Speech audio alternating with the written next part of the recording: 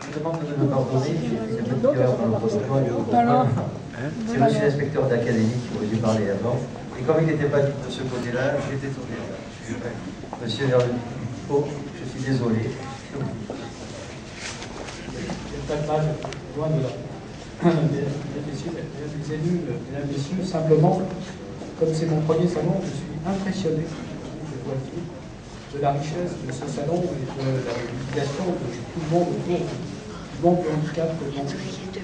Alors, je me suis un peu renseigné effectivement sur ce qui s'était passé dans le département, mais on m'a expliqué que c'était le deuxième salon. Je trouve effectivement que c'est une heureuse initiative. Alors, je vais me permettre de reprendre le slogan de la page d'Ivoire, regroupons nos compétences pour vivre ensemble. Et je voudrais souligner à partir de ce slogan que ces mots s'appliquent particulièrement à l'école. D'abord parce que vivre ensemble, quoi de plus naturel, franchement, que de vivre ensemble dans le creuset de l'école de la République. Quoi de plus naturel que d'apprendre ensemble. Et pour apprendre, naturellement, nos jeunes ont besoin de rassembler l'ensemble des compétences, celles des adultes, bien sûr, mais celles aussi des enfants entre eux, quels que soient ceux-ci, que ce soit des enfants valides, ou que ce soit des enfants en situation de handicap.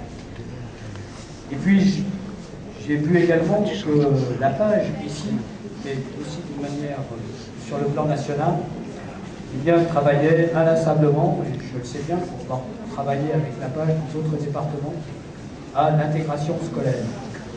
Alors permettez-moi, en tant qu'inspecteur d'académie, de souligner peut-être quelques points de cette action indispensable. La scolarisation des jeunes en situation de handicap, il faut bien le reconnaître, a connu depuis plusieurs années une évolution significative. Que de chemin parcouru depuis le temps de l'exclusion scolaire, il y a moins d'un siècle, c'était hier, jusqu'à la situation que nous vivons aujourd'hui, que nous développons aujourd'hui, et qui est la situation d'inclusion scolaire.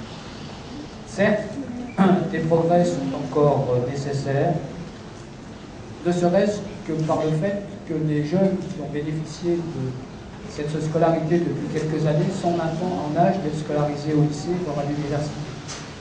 Donc cela nous impose effectivement de continuer à travailler et de développer un certain nombre d'actions qui existent déjà dans le premier degré depuis quelques années. Dans le département du Var, il faut que vous sachiez qu'il y a plus de 2500 jeunes qui sont en situation de handicap et qui sont scolarisés en classe ordinaire ou en structure spécialisée.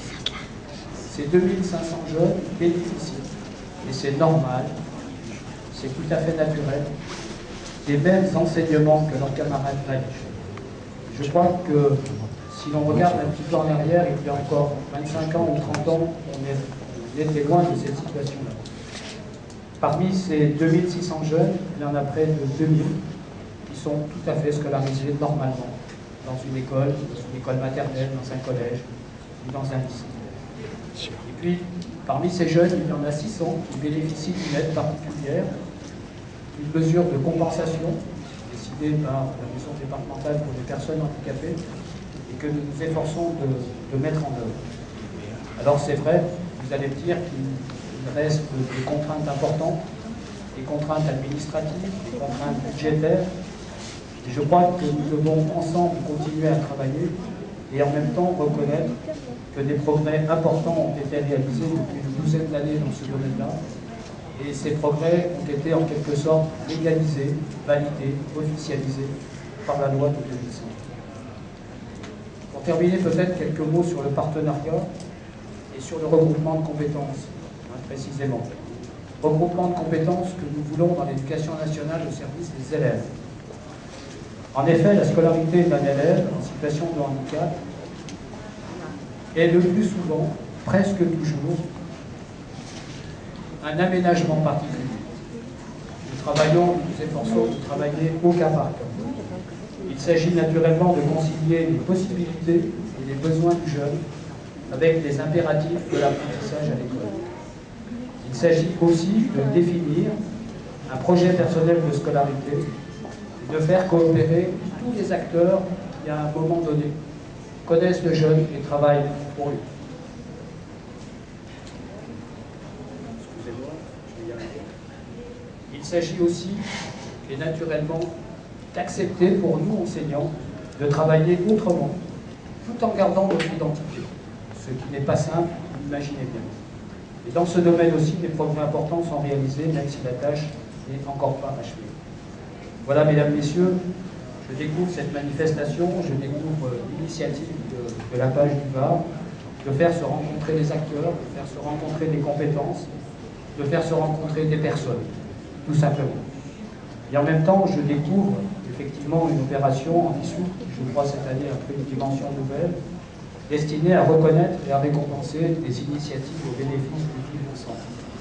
Je voudrais saluer cette initiative, féliciter les promoteurs, féliciter l'ensemble des personnes qui ont contribué à la mise en place de ce projet, de la mise en place de ce salon, et tout simplement souligner que ce salon, comme l'action de chacun d'entre nous, favorise la solidarité et favorise surtout la pleine citoyenneté de chacun. Je vous en remercie.